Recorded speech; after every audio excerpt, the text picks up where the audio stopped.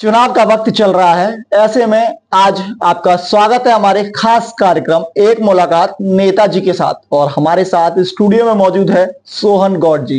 इनसे बातचीत करेंगे और अब आपको बताएंगे कि जिस तरीके से चुनावी हवा लगातार तेज चल रही है, ऐसे में गुरुग्राम की हॉट सीट पर अब सोनू गौड़ लगातार लोगों से मिल रहे हैं, अपनी बातों का चर्चा भी लगातार लोगों से करते हुए नजर आ रहे हैं। उनसे बातचीत करेंगे और पूछेंगे वो सवाल जो आपके हिस्से के सवाल हों।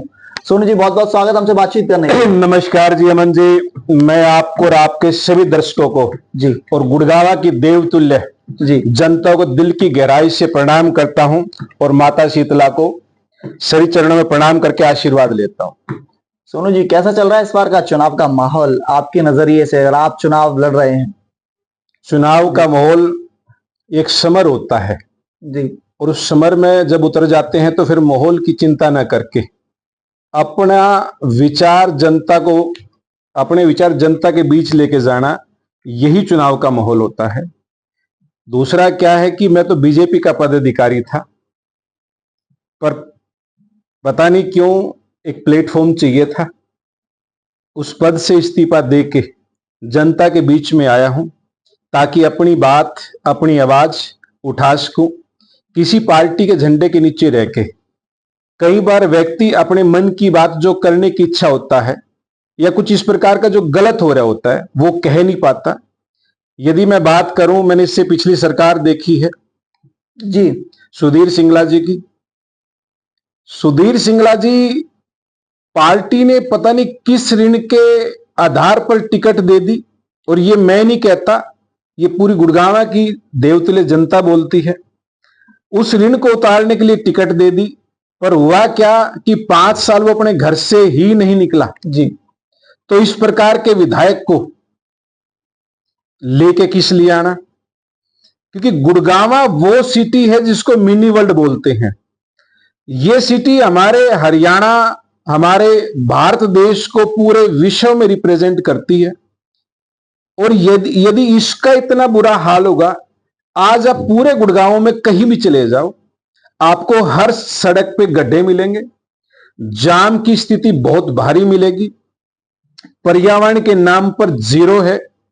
तो इस प्रकार के नेता, मेरा मानना है कि इस प्रकार के नेता या इस प्रकार के विधायक को ना बना के भैया किसी निर्दलीय, किसी अच्छे व्यक्ति को अपना विधायक चुन लो ताकि वो गुड़गांव की जनता के लिए काम कर सके। गौड़ साहब, बड़े मुख्य मुद्दों की आपने जिक्र किया। आपको इसमें से सबसे मुख्य मुद्दा कौन सा लग रहा है? आपने स्वास्थ्य का भी जिक्र किया, आपने पर्यावरण का भी जिक्र किया। तो ऐसे में क्या सोनू गौड़ को लगा कि अब ऐसा लगता है कि ये नेता जो हैं ये सिर्फ कतार में रहें और आपको आगे आना चाहिए? क्या लगा है साहब?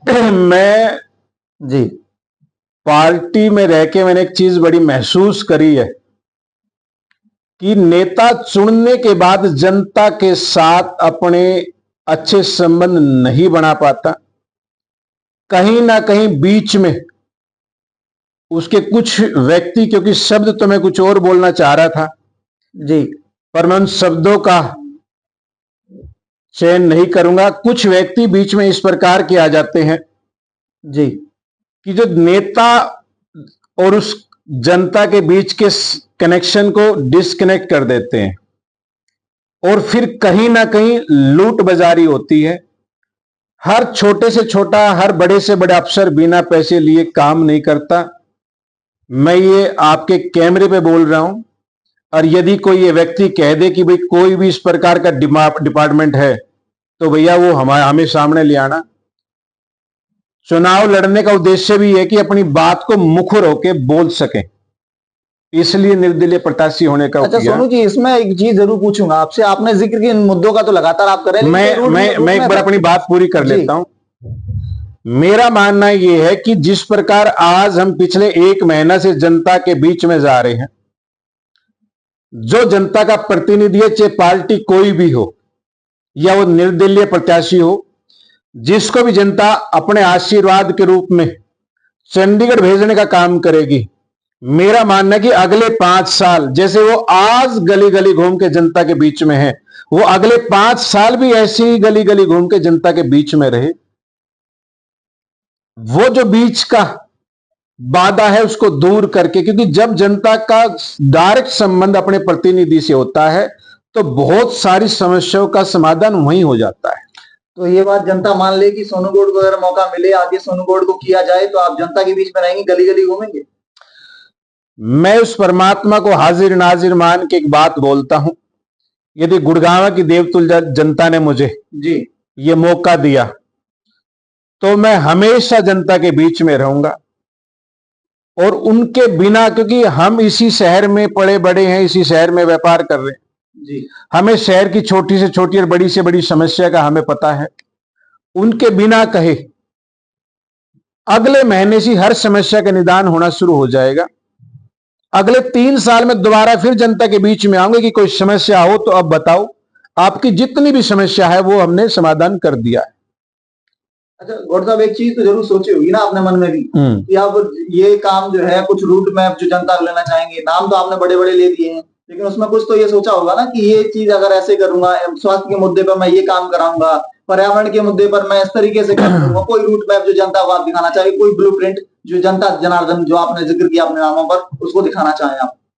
देखो, विधायक जो है जनता का प्रतिनिधि होता है, वो उस एरिया की समस्याओं को विधानसभा में रखने का, अपने मुख्यमंत्री के सामने रखने का काम करता है।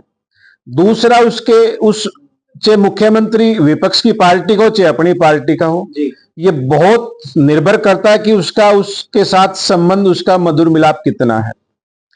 स्वास्थ्य की यदि मैं बात करूं तो मेरा मानना यह है कि सरकार को गुड़गांव जैसे बड़े शहर में कम से कम 4 बड़े अस्पताल देने चाहिए। स्वास्थ्य ठीक होगा तो वो और ज्यादा काम करेगा। उस पेंशन का करेगा क्या जब उसका स्वास्थ्य ही ठीक नहीं है। गुड़गांव में तो आज यदि मैं बात करूं, देखो, स्वास्थ्य खराब होता सबसे ज्यादा मतलब अपनी दूषित हवा से। आज पर्यावरण के नाम पर जीरो है, पूरा का पूरा शहर कंक्रीट का जंगल बन चुका है, पेड़ नाम की कोई चीज नहीं है। हम गांव से बिलोंग करते हैं, हमारे बड़े बुजुर्ग ने देखा कि जहां भी चौक होता था वहां पीपल का या बड़ का पेड़ लगा दिया जाता था, तो 24 घंटे ऑक्सीजन देने का काम करता था। पर आज पूरे के पूरे गुड़गांव में कम 35 किलोमीटर के बीच में कोई पेड़ नाम की जगह ही नहीं बची भाई।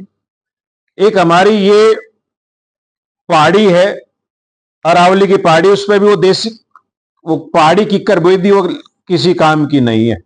अब मुझे नहीं पता वो किस नेता का दिमाग था कि जिसने वैसे पेड़ लगाने की बजाय पहाड़ी किक्कर बो दी, जो है ही किसी कर्म की नहीं। सबसे मजे की बात है वो दूसरे पेड़ को होने नहीं देती। भाई, मैं गुड़गांव की जनता के, पूरे हरियाणा की जनता से निवेदन करता हूं कि जात पात से ऊपर उठ के, ये 10 दिन 1 महीना होता है आप लोगों के पास, आप इस समय में तो जात पात और अपने उसके पक्ष के नेता चाहे वो कैसा भी हो उसके चक्कर में आ जाते हो, और अगले फिर 5 साल से सरकार कोई भी उसको रोते हो आप। तो भाई, आपसे इतनी सी गुजारिश है, जहां जहां तक मेरी आवाज जाती है, कि इस जात पात को त्याग कर जो अच्छा व्यक्ति है, जो आपके बीच में रह के आपकी समस्याओं का निदान कर सके, आप उस व्यक्ति को वोट करो। मेरी तो इतनी सी गुजारिश। अपील तो आपने कर दी, लेकिन आपसे पूछा जाए चुनावी अखाड़े में सोनू गौड अपना मुकाबला किस प्रत्याशी से मानते हैं? मुकेश शर्मा भाजपा से चुनाव लड़ रहे हैं, मोहित ग्रोवर कांग्रेस से आपके सामने दिखाई देते हैं, नवीन गोयल निर्दलीय तौर पर ताल ठोक रहे हैं। सोनू गौड को क्या लगता है? मेरा मुकाबला किसी व्यक्तिगत प्रत्याशी से नहीं है जी, मेरा मुकाबला गुड़गांव की जो आम जन की समस्या है, मैं अपना मुकाबला उनसे मानता हूं। यदि गुड़गांव की जनता मुझे आशीर्वाद देती है तो मैं उस समस्याओं के ऊपर काम करूंगा। मैं किसी व्यक्तिगत प्रत्याशी से कोई मुकाबला नहीं मानता। सभी का अपना कर्म है, हर पार्टी किसी न किसी व्यक्ति को टिकट देती है, तो उनसे मैं मुकाबला नहीं मानता। यदि मैं भी उस लाइन में जाके इलेक्शन लड़के चंडीगढ़ बैठ जाऊं और जो गुड़गांव की समस्या है उस पर ध्यान नहीं दूं, तो फिर मुकाबला भैया किसी का नहीं है। चलिए, बहुत बहुत धन्यवाद सोनू जी हमसे बातचीत करने के लिए। आपको दिखाया हमने किस तरीके से वो सवाल जो आपके हिस्से के सवाल थे, वो सवाल जो आपके मन के सवाल थे, आखिरकार यह तो आने वाला वक्त ही बताएगा कि आखिर में कौन बनेगा गुरुग्राम का विधायक। हमारे इस वीडियो को लगातार लोगों तक पहुंचाएं, इस वीडियो को शेयर करें और तमाम लोगों तक पहुंचाएं। आपका एक लाइक, शेयर, सब्सक्राइब हमारे हौसलों को कई लाख गुना बढ़ा देता है। और हमारे साथ इस वीडियो पर कमेंट करके जरूर बताएं कि आखिर जिस नेता से हमने आपको रूबरू कराया उसकी क्या बखूबी चीज आपको अच्छी लगी और क्या चीज जिस पर आप सवाल करना चाहते हैं? धन्यवाद।